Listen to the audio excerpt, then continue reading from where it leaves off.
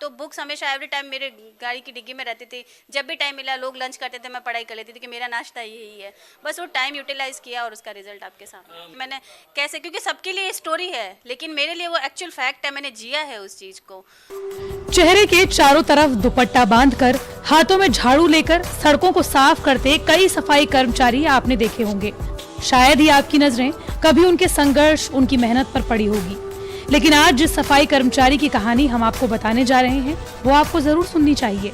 ये कहानी है आशा कंडारा की, जो जोधपुर नगर निगम की सफाई कर्मचारी से एसडीएम बनने जा रही हैं। किस्मत पलटना शायद इसी को कहते हैं, लेकिन किस्मत बैठे बैठे नहीं पलटती। इसमें कई सालों की मेहनत और आंसू शामिल है, जो आज आशा कंडारा की माँ की आंखों से निकल रहे हैं। लेकिन ये आंसू खुशी के हैं। उनकी बेटी के संघर्ष के बदौलत आज हर तरफ से उन्हें बधाइयाँ मिल रही हैं। जोधपुर नगर निगम में झाड़ू लगाने वाली सफाई कर्मचारी आशा कंडारा ने ये कर दिखाया। वो नगर निगम में झाड़ू लगाने के साथ साथ खाली वक्त में किताबें लेकर बैठ जाती थी। सड़क किनारे, सीढ़ियों पर जहाँ भी वक्त मिलता पढ़ाई शुरू कर देती। आज इन्हीं किताबों के जादू ने उनकी जिंदगी बदल कर रख दी है। राजस्थान प्रशासनिक सेवा में RS 2018 में आशा का चयन अब हो गया है। वो अनुसूचित वर्ग से SDM के पद पर काबिज हो चुकी हैं। लेकिन आशा के लिए इस मुकाम तक पहुंचना आसान नहीं था। 8 साल पहले ही पति से झगड़े के बाद 2 बच्चों के पालन पोषण की जिम्मेदारी आशा पर आ गई।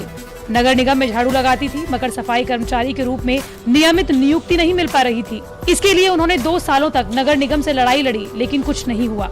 आशा ने 12वीं करने के 16 साल बाद जिंदगी से हार नहीं मानी और ग्रेजुएशन किया। RAS 2018 राजस्थान प्रशासनिक सेवा में अधिकारी बनने के लिए आशा ने 2018 में परीक्षा दी थी, लेकिन परिवार की आर्थिक स्थिति को देखते हुए आशा ने सफाई कर्मचारी की भर्ती परीक्षा भी इसी दौरान दे दी थी। RAS परीक्षा के 12 दिन बाद ही उनकी नियुक्ति सफाई कर्मचारी के पद पर हो गई। हालांकि RAS के नतीजों के लिए आशा को 2 साल इंतजार करना पड़ा।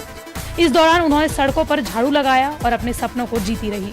आशा बताती हैं कि उनका सपना RAS ही नहीं बल्कि IAS बनने का है, भले ही इसके लिए उनको कितनी ही मेहनत क्यों न करना पड़े। आशा कहती हैं कि परीक्षा देने के बाद उन्हें भरोसा था कि उनका चयन जरूर होगा। आशा बताती हैं कि 1997 में उनकी शादी हुई थी। उस वक्त वो सिर्फ 12वीं पास थी, लेकिन शादी के बाद 2 बच्चे होने के बाद उनके पति ने 8 साल बाद उन्हें छोड़ दिया। पिता राजेंद्र कंडारा अकाउंटेंट सेवा से रिटायर्ड हैं। ऐसे में उनके पति से अलग होते ही कुछ खास करने की ठान ली थी।